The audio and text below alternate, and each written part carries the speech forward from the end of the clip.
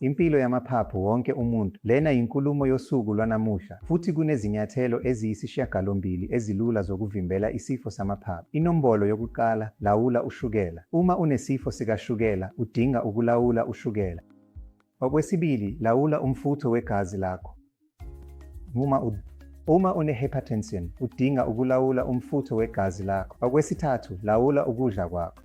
Uma unanoma yiziphi izici eziyingozi zesifo sezinso ezifana nesifo sikashukela nomfutho wegazi ophakeme, udinga ukulawula ukudla. Okwesine, gwema ukubhema. Uma ungumuntu obhemayo, kudingeka uyeke ukubhema ukuze uvikele amaphaphu akho. Okwesihlanu, phila impilo enempilo.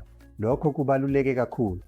Kumele phila impilo enempilo, ukudla okunempilo nokuzivocavoca kubalulekile kakhulu kulokhu. Okwesithupha, gwema ukuthatha amaphilisi atholakala kalula ekhemisi ngaphandle kokwelulekwa udokotela.